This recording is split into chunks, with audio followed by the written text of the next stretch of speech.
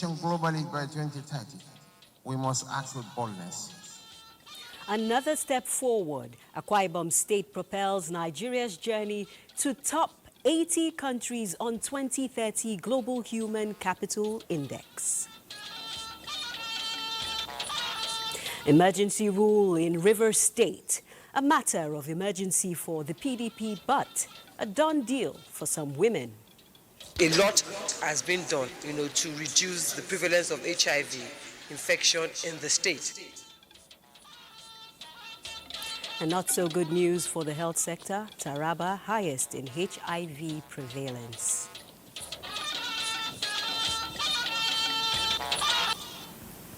Hello, this is the Network News on NTA with me, Naja'atu Tijani. It's always a pleasure to have you join us. My colleague from Lagos, Hingino John Adams, will join us later, while, as usual, our business and sports correspondents will give us trending news from the beats. Remember that this broadcast is being streamed live on our website, nta.ng/live. You can always watch the replay on our YouTube channel and do follow us across social media. Our handles are displayed on the screen. And now the news in detail. President Bola Tinubu expresses profound sorrow over the recent bloodshed in Plateau State, a tragedy which has claimed the lives of more than 40 people. In a statement, the president strongly condemns the violence and extends his sympathies to Governor Caleb Mutfwang, the state government, and the people of Plateau, urging the governor to summon the necessary political will to resolve the crisis and establish enduring peace. In his call for harmony among the good people of Plateau State, President Tinubu emphasizes the importance of love and unity beyond religious and ethnic lines. He encourages community, spiritual and political leaders within and beyond the state to unite and end the cycle of retaliatory attacks which have made the life unbearable for affected communities.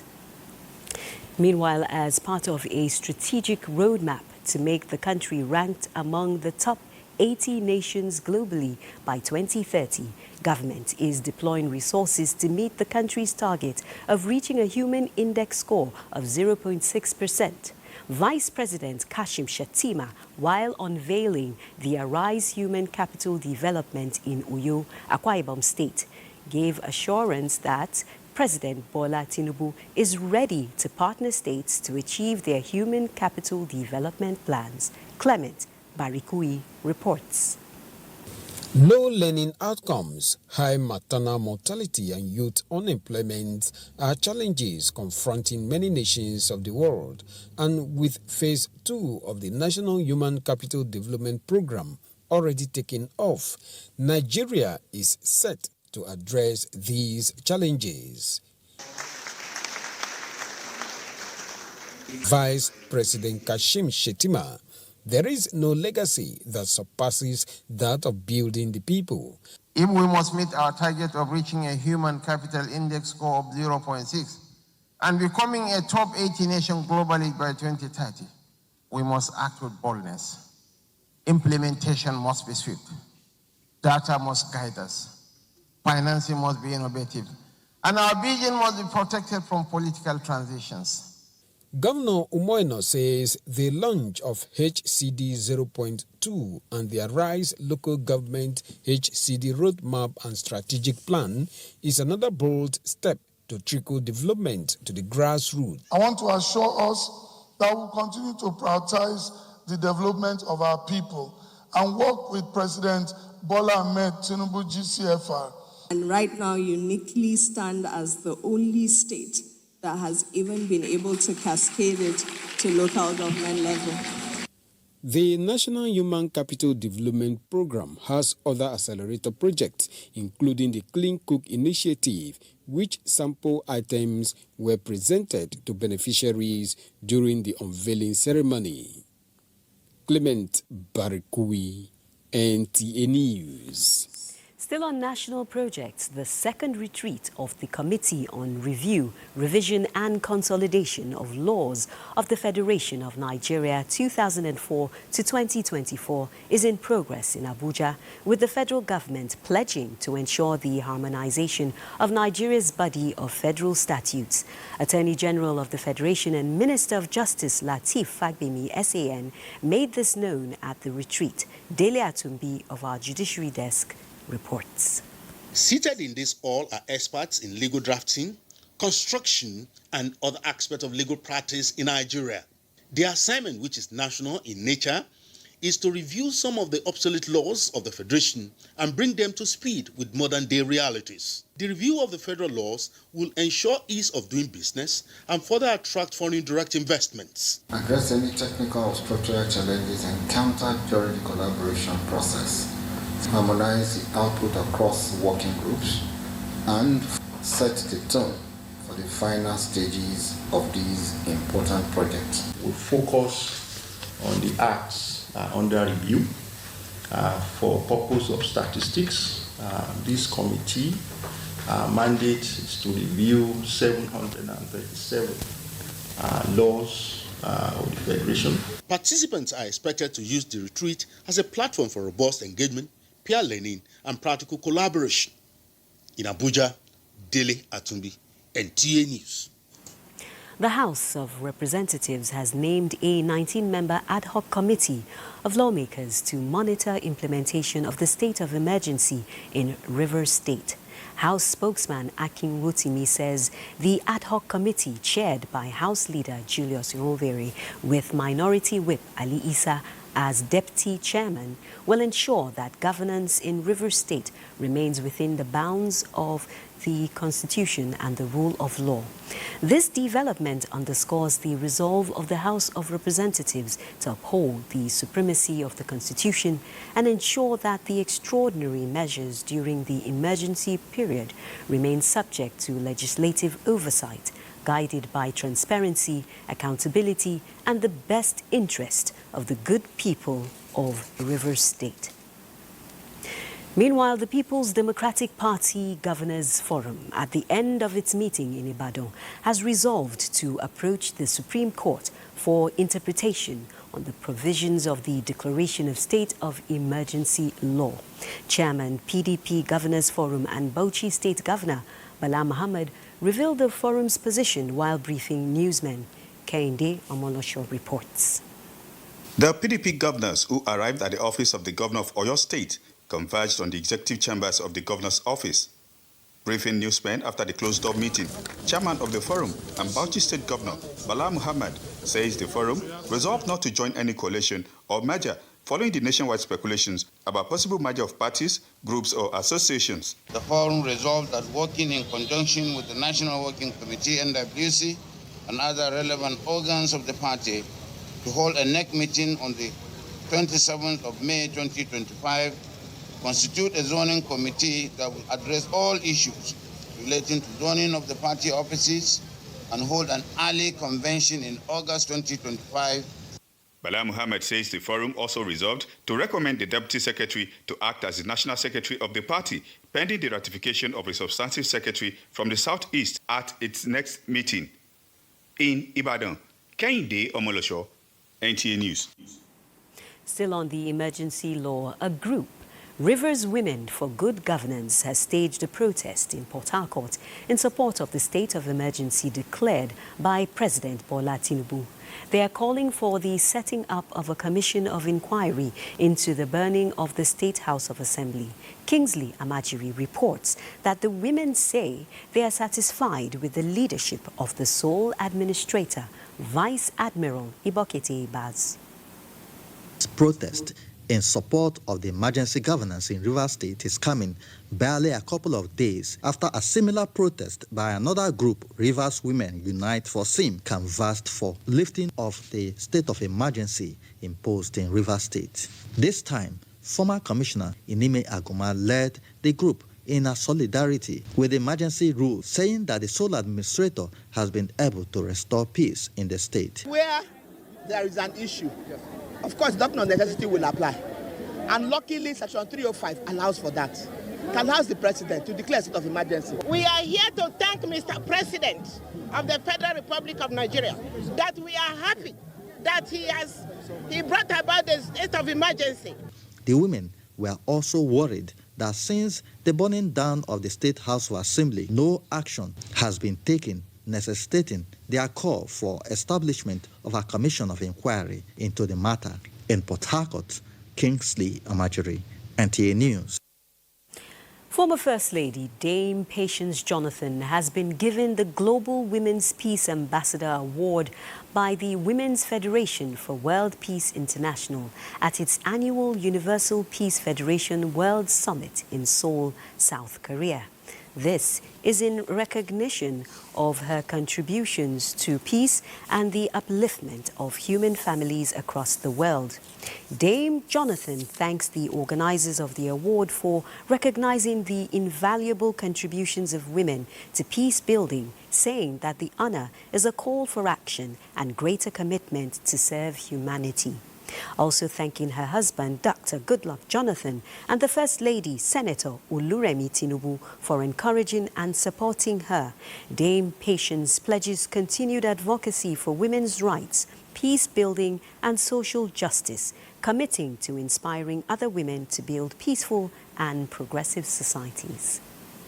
This is the Network News on NTA. Do stay tuned for more reports. Health challenges associated with accident and emergency cases in the Tudun-Wada-Dogwa corridor can no longer be referred to specialist hospitals in Kano Metropolis or Jos, thanks to the inauguration of a 50-bed accident and emergency unit in Tudun-Wada General Hospital. The establishment of the unit, equipped with state-of-the-art facilities, is part of constituency projects by member representing the federal constituency in the House of Representatives, Alhassan Ado Dogwa. Yohannes Hassan Barrow reports. A 50-bed capacity accident and emergency unit equipped with sophisticated health facilities is expected to reduce medical voyage among the people of the area who before now have to travel to either Kano or Jos to attend to their emergency cases.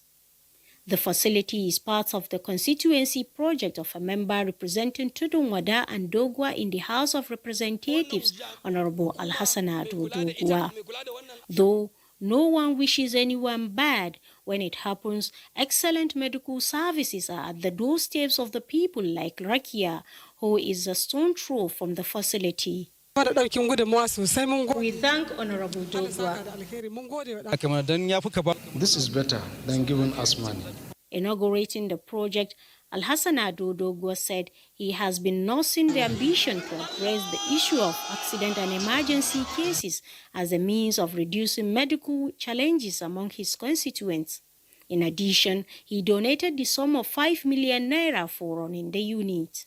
It is on this note that I want to also call on you, the management of the hospital and the Kano state government, that as from today, when we are commissioning and we are done with the commissioning of this facility, the facility becomes the property of Kano State Health Service Management Board.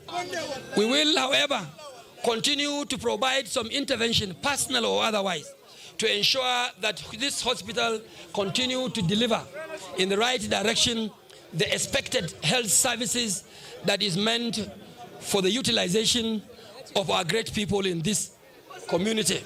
Sometimes when we admit a patient, they'll say no bed. You know, it's very disturbing. And that's the thing that made us to continue to cry for this thing. For over 2 years now, alhamdulillah, the thing has materialized today. The people of Tudun-Wada and Dogwa are hopeful that the facility will meet their medical needs. In Kano, Yohannes Hassan Barrow, NTA News. Similarly, the African Reinsurance Corporation, Africa Re, is partnering the National Emergency Management Agency to accelerate disaster response and preparedness. At a workshop on disaster risk financing and insurance in Abuja, the two agencies made a commitment to foster strategic engagements to drive much-needed interventions. Mamso Damian Dati reports.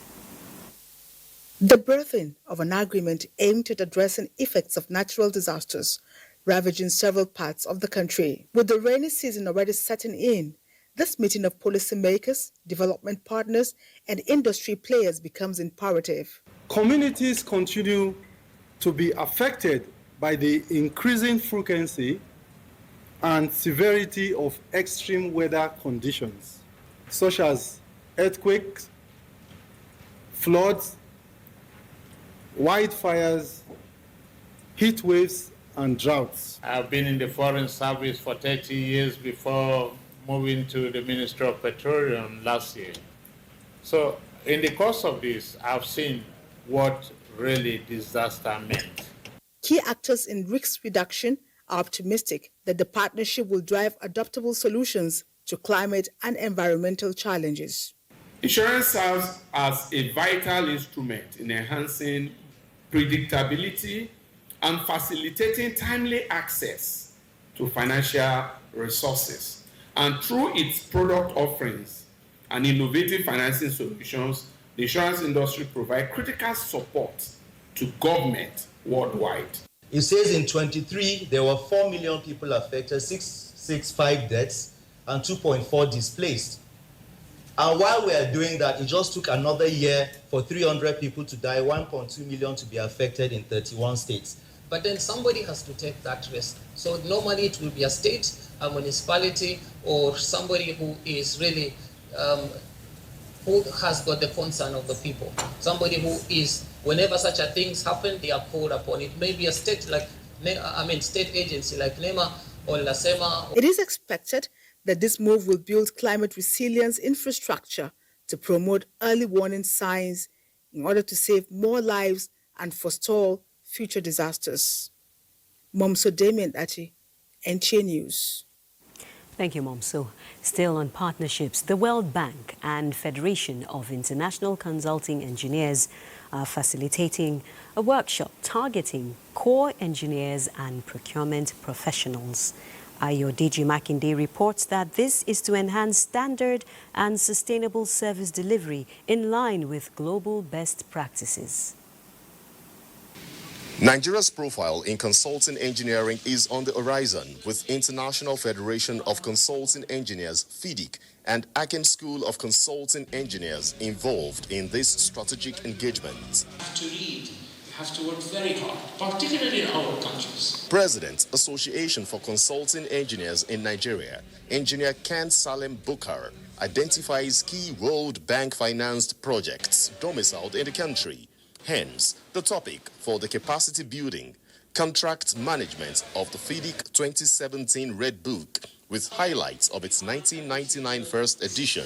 The World Bank, as you know, are engaged in several infrastructural contracts, and they need to equip their staff who are engaged in the administration of and management of this very important and capital-intensive project. Once their capacity is enhanced, we will have less delay in project implementation.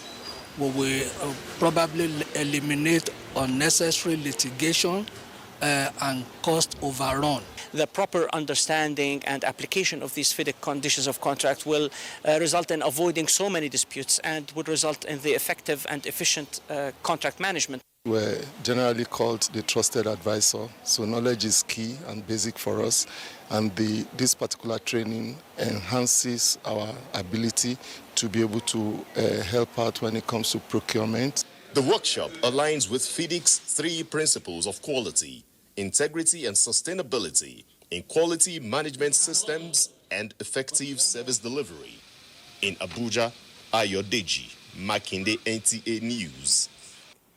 Joy and jubilation for the people of Urua Undum community in Akpabio local government area of Cross River State, who rolled out the drums to welcome the IFAD country director for Nigeria, Didier Kui, to the inauguration and handing over of open market stalls, solar-powered boreholes and other projects at the community. Paul Abel reports.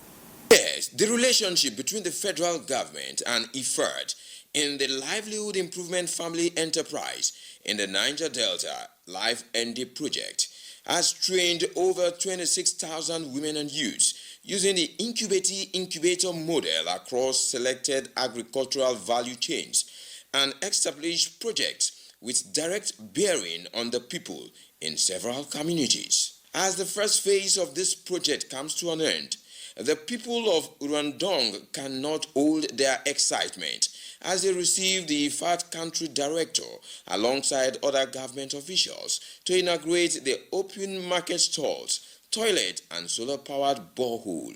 And women, as you see behind me, have been trained by the Life and D program, and now the community has requested to have some support in terms of evacuation of the products that are produced here, and hence this market. We will expand the size of these markets, and I'm sure by then even His Excellency will be here to commission some of these projects. This place is well cared for, that the infrastructure stays safe. Can feed myself also through IFAD Life ND, so they did much thing for me. The IFAD country director for Nigeria earlier visited the ultra-model fish hatchery complex in Calabar, which was inaugurated by the Minister of Agriculture in 2024 and interacted with incubatees on training. Paul Abel, NTA News. Away from the International Fund for Agriculture, the Office of the First Lady, through her Renewed Hope initiative in collaboration with the Federal Ministry of Agriculture and Food Security, has launched a wide-reaching empowerment program benefiting more than 100 individuals in Jigawa State. Muhammad Musa Askira reports. The banquet hall of the government house in Dutse came alive as the First Lady of Jigawa State, Hajia Hadiza Umar Namadi, presided over the grant distribution of agricultural support items under the Renewed Hope Initiative Women and Youth Empowerment Support Scheme. Backed by the Office of the Nigerian First Lady, Senator Oluremi Tinubu, and the Federal Minister of Agriculture and Food Security, the program is designed to strengthen food security and create sustainable livelihoods. A total of 80 beneficiaries received critical agricultural inputs, including 20 pumping machines, 60 rice seed packs, 90 bags of fertilizer and various agrochemicals to aid in crop production, checks for poultry farming, among others. In addition to these, 240 goats were distributed to beneficiaries to aid the growth of their home economy.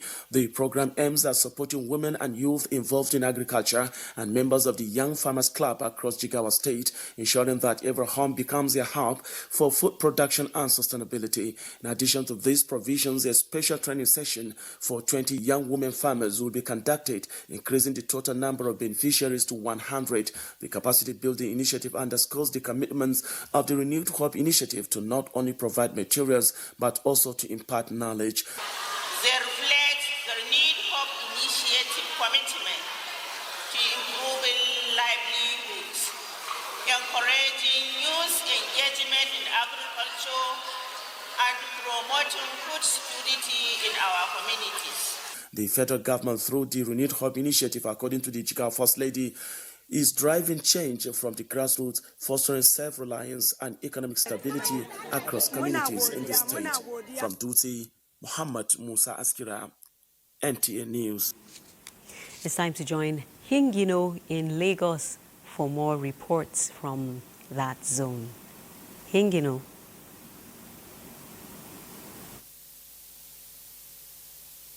Thank you, Najaato, and welcome to Lagos.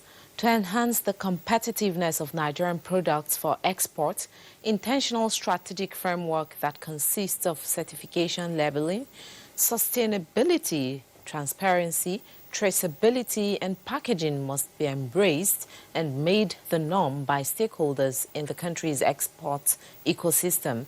This is the message at a town hall meeting organized by Bankers Committee in Lagos. Larry Belay has details.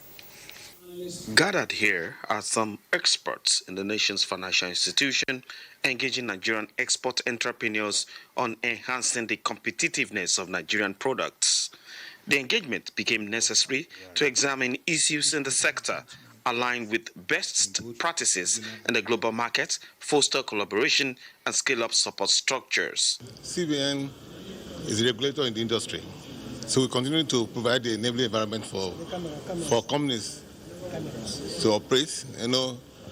We cannot allow to be free for all. So there's a need for us to bring in regulations, laws that will guide our people who are planning to export.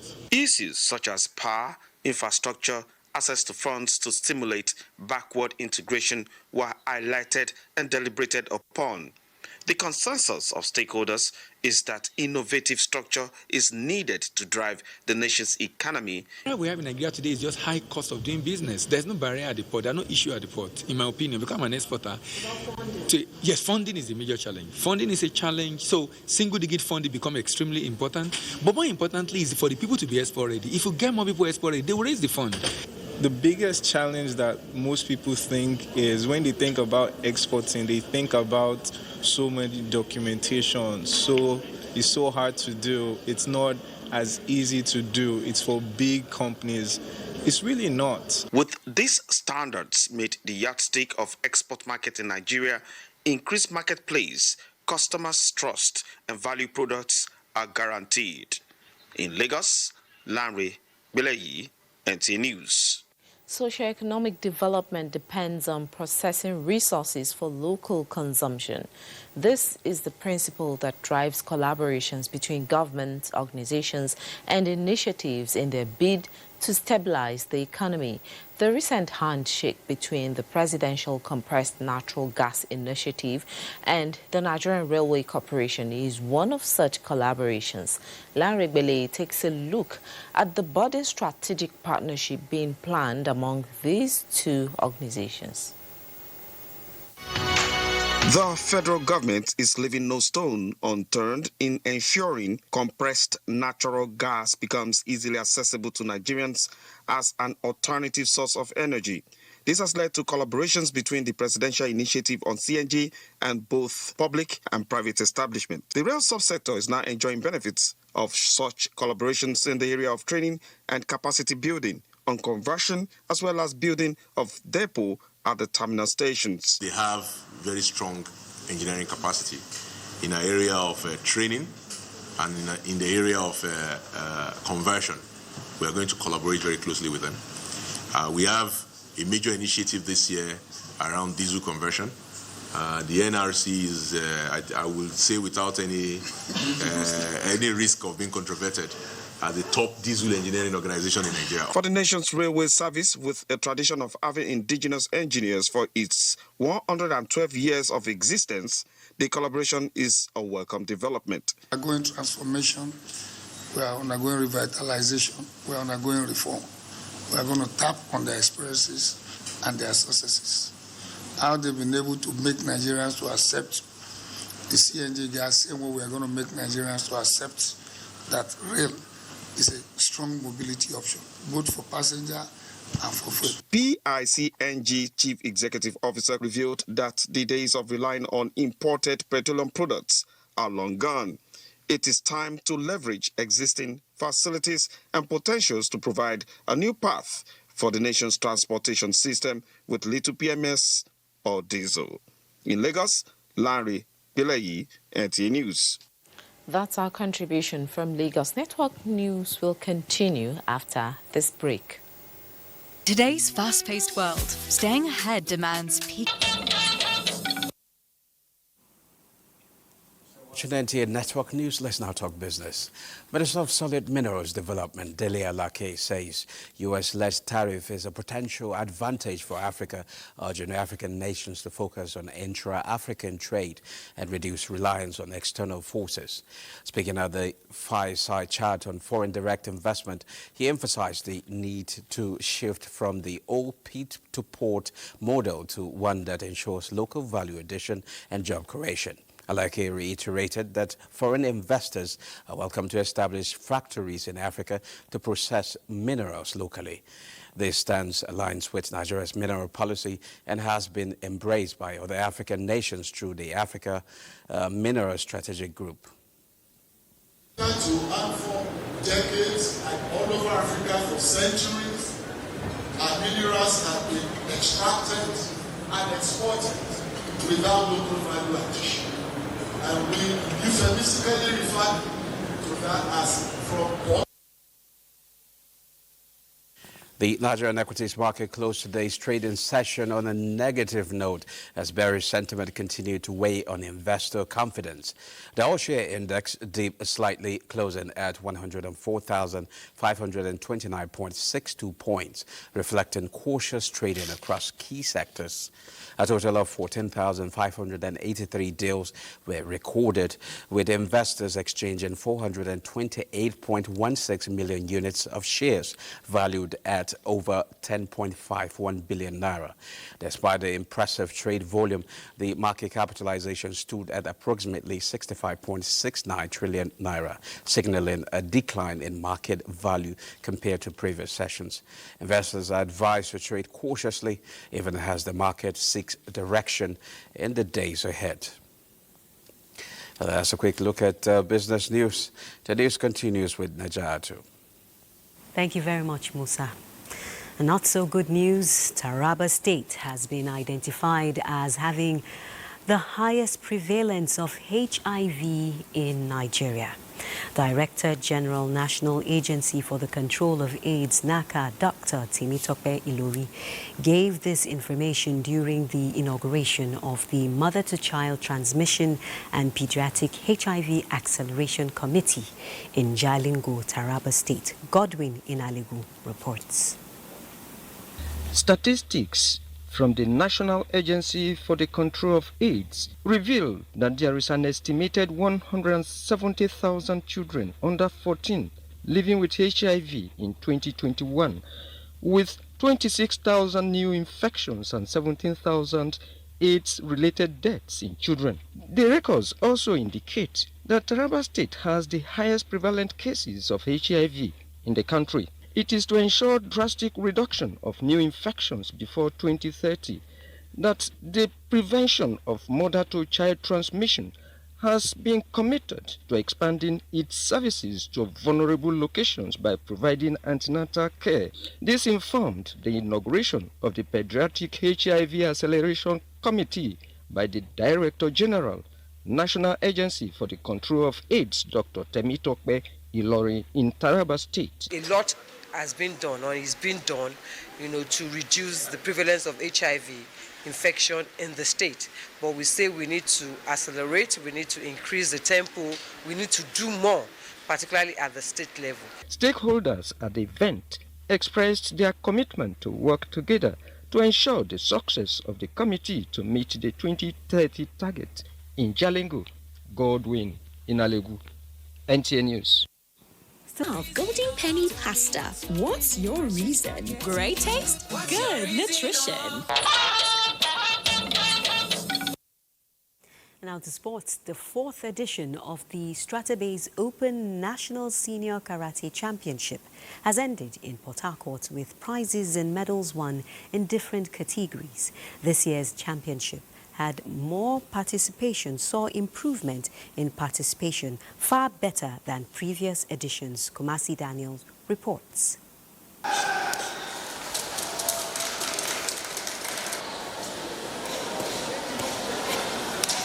Sport enthusiasts, sport managers, coaches and participants from 24 teams representing 15 states and 9 private groups converge on the Tespiv Civic Center, Port Harcourt for the 4th edition of Strata-based National Senior Karate Championship.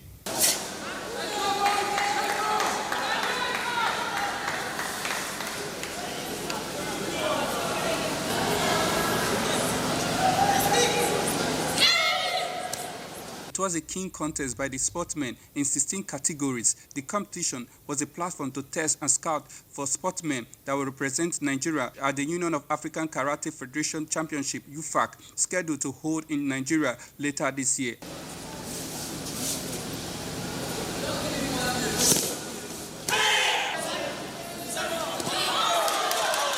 Veteran karateka Chukwudi Dinkpa, who sponsored the championship, and other enthusiasts comment on the prospect for the tournament. With this competition, the karatekas have been in training.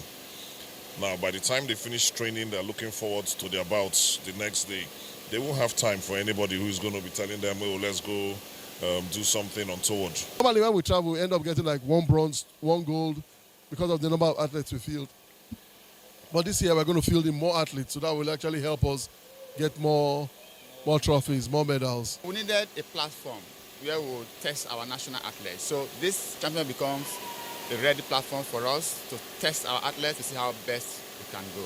So we give thanks to the organizers, to the sponsor. Medals were presented to winners of individual male and female karatekas, male and female teams, and other champions in other categories.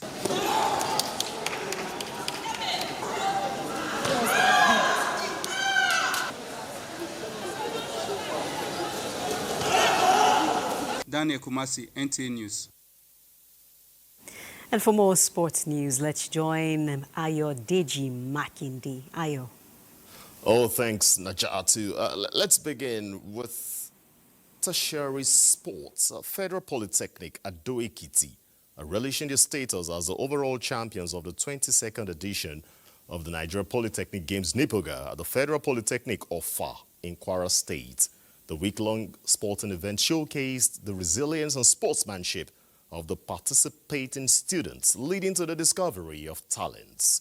The Auto State Polytechnic in Ogwachuku is set to host the next edition in 2026.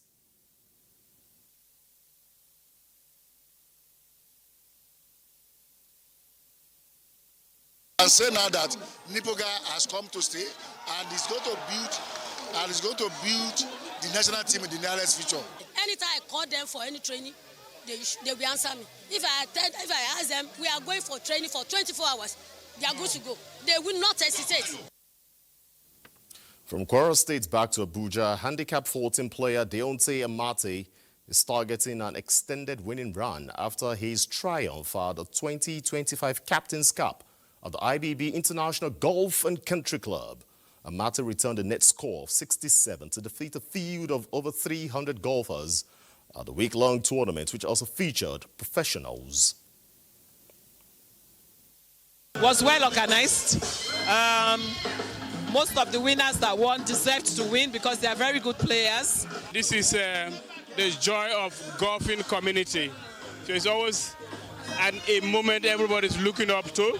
But let me first and foremost commend the outgoing captain for a job well done. We are living on a high.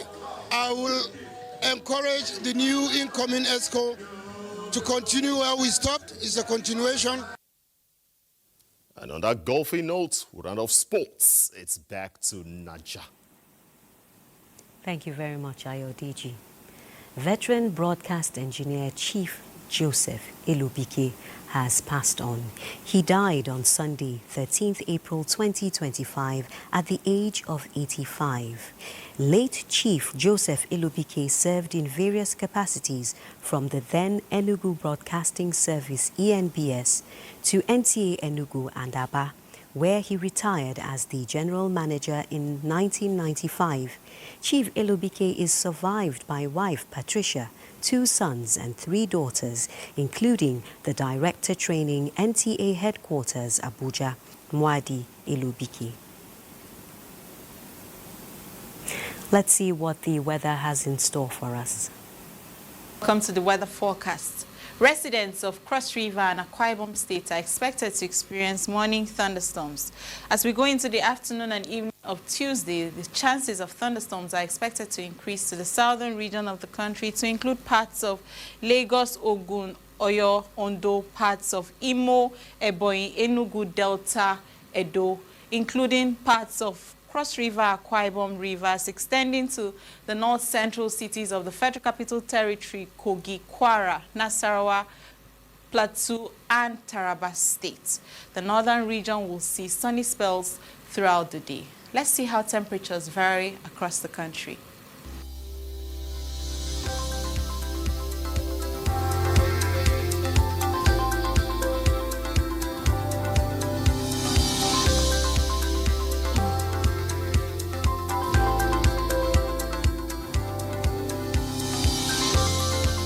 Outlook is both sunny and stormy. And on that note, we conclude the network news on NTA. Thanks for being a part of the bulletin. I'm Najaa Atutejani.